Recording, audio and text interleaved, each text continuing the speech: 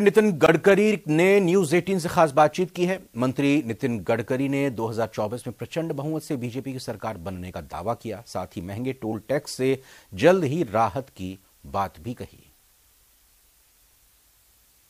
नमस्कार, मैं हूं अनूप गुप्ता। मोदी सरकार ने 9 साल पूरे कर लिए हैं। अभी हमारे साथ हैं सड़क एवं परिवहन मंत्री नितिन गडकरी जी। गडकरी जी, आपका स्वागत है। नमस्कार सर, एक सवाल है कि इलेक्ट्रिकल व्हीकल के लिए आपने बताया कि वेटिंग लिस्ट तो है, लेकिन जिस तरह से वो महंगी है, एक आम लोगों के लिए लगता है कि वो खरीदना अफोर्डेबल नहीं है। आपको नहीं लगता कि इसके रेट और कम हो, जिसके लिए सरकार कोशिश करे तो लोग भी उसको आराम से खरीद सके अफोर्डेबल प्राइस में? देखिए, लिथियम आयन बैटरी की कीमत उसमें सबसे ज़्यादा होती है। हमारे यहाँ $150 पर किलोवाट अब बैटरी की कीमत थी।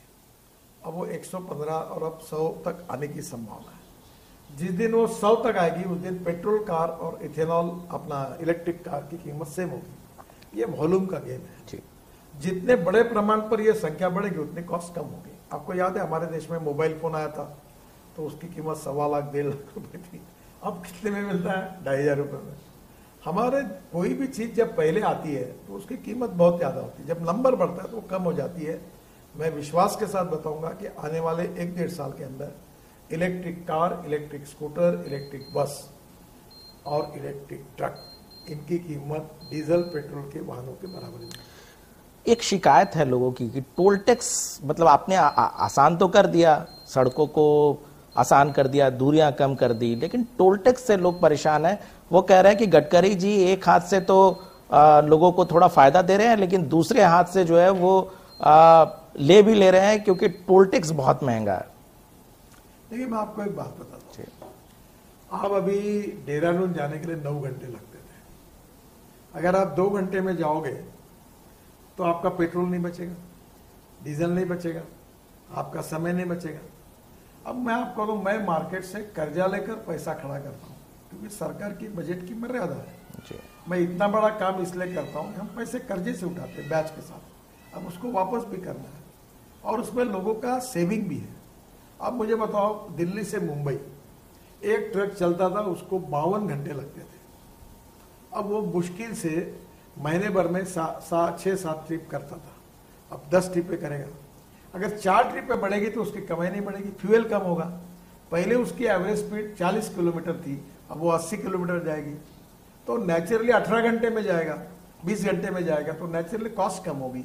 तो मैं आपको बताता हूँ, if you want good services you have to pay for it. Sir, एक सवाल है पार्लियामेंट से जुड़ा हुआ।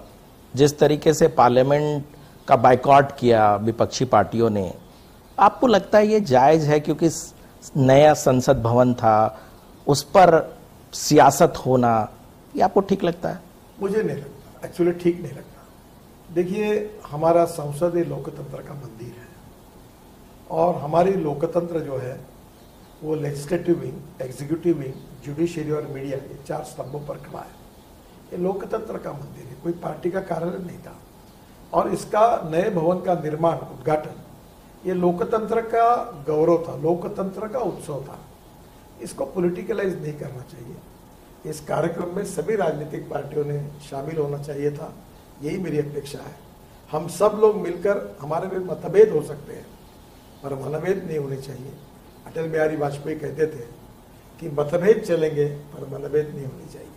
हम सब लोग मिलकर, हमारे विचार कुछ भी हो, हम लोकतंत्र को मजबूत करें, लोकतंत्र के मंदिर का गरिमा कायम रखें, हमारी संसद का। और लोकतंत्र हम मदर ऑफ डेमोक्रेसी कहते हैं, तो मुझे लगता है इस लोकतंत्र की रक्षा करना ही हमारी सबकी जिम्मेदारी है। विपक्ष ने भी सहयोग करना चाहिए, यही मेरा उनसे अनुरोध है। आपने पहले भी कहा कि सियासत का अंदाज आपका अलग है, देखने का नजरिया अलग है, लेकिन जिस तरीके से राहुल गांधी विदेश जाते हैं और देश के बारे में बयान देते हैं, आपको लगता है कि ये जायज है? इसको ऐसा नहीं करना चाहिए, इस तरह से बयानबाजी विदेश की धरती पे जाकर? देखो, उन्होंने क्या बोलना चाहिए और क्या नहीं बोलना चाहिए उनका अधिकार है। मैं ये मानता हूं कि हमें लोगों ने चुन कर दिया और मोदी जी के नेतृत्व में हमने 9 साल में किया हुआ काम का लेखा जोखा आपके पास हमने दिया। मैं ये मानता हूं कि फाइनेंशियल ऑडिट बहुत इंपॉर्टेंट है जी। पर फाइनेंशियल ऑडिट से परफॉर्मेंस ऑडिट इंपॉर्टेंट है।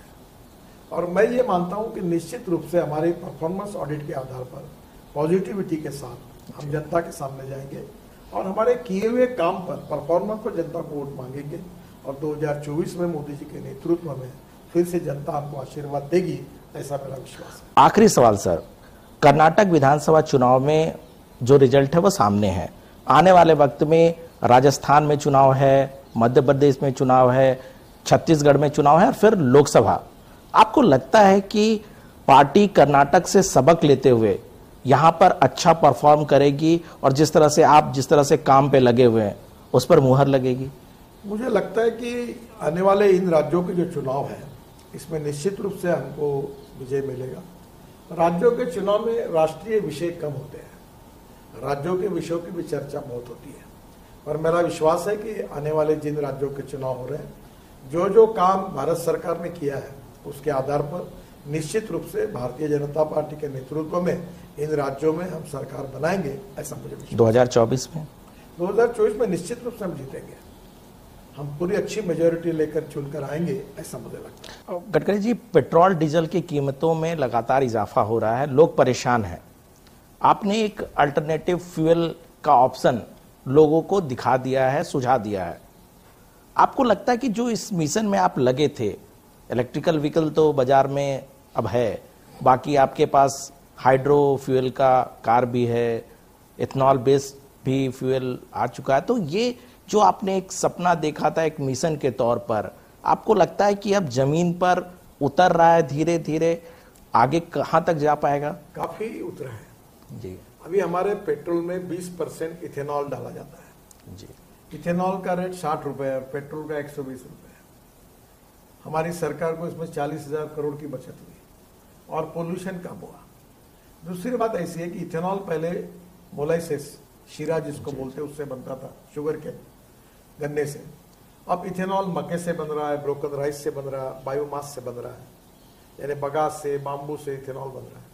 तो नेचुरली गांव में रोजगार निर्माण हुए, इंपोर्ट बचा, import substitute, cost effective, pollution pure, indigenous. फिर इथेनॉल के बाद हाइड्रोजन आ रहा है। तो हाइड्रोजन 3 प्रकार का है। एक है ग्रीन हाइड्रोजन जो पानी से और ऑर्गेनिक वेस्ट या बायोमास से बनता है, तो वो ग्रीन हाइड्रोजन है। जो हाइड्रोजन कोल से बनता है वो ब्लैक हाइड्रोजन है, जो पेट्रोलियम से बनता है ब्राउन हाइड्रोजन है। अब हम ग्रीन हाइड्रोजन की तरफ बढ़ रहे हैं। हमारे इंडस्ट्रियल इंडस्ट्री में, केमिकल इंडस्ट्री में, फार्मास्यूटिकल में जहाँ कोयला, petrol, diesel, crude oil use होता है, वहाँ ग्रीन हाइड्रोजन होगा। गडकरी जी, आपने नेटवर्क 18 के लिए टाइम निकाला, बहुत बहुत धन्यवाद। नमस्कार, आपका बहुत बहुत धन्यवाद। और इसी के साथ फिलहाल बुलेटिन में इतना ही। आप बने रहिए न्यूज़ 18 राजस्थान के साथ।